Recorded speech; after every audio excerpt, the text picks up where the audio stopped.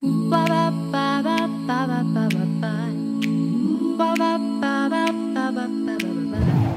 welcome to Ask the Organizer. I'm your host, Jen Van Buskirk, and I am going to answer one of your questions.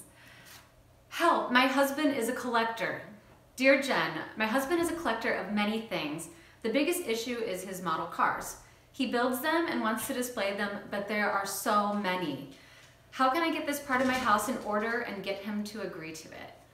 All right, that's a great question. I get asked about this a lot.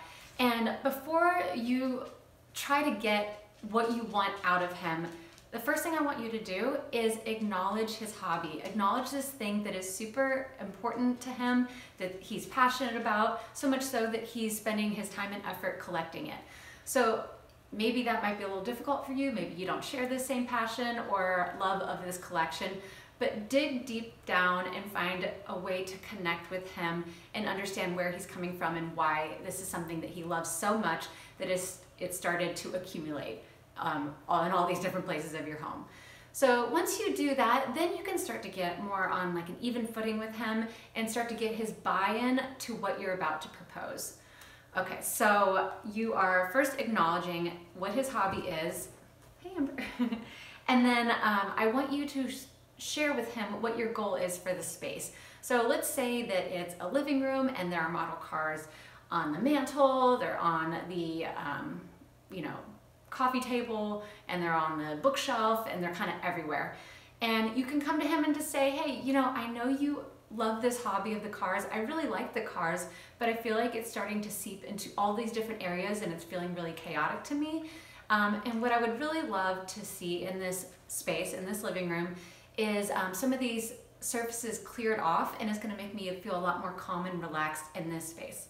So sharing with him what the hobby is without coming from a place of like attacking his hobby is going to be much easier for him to listen to what you have to say.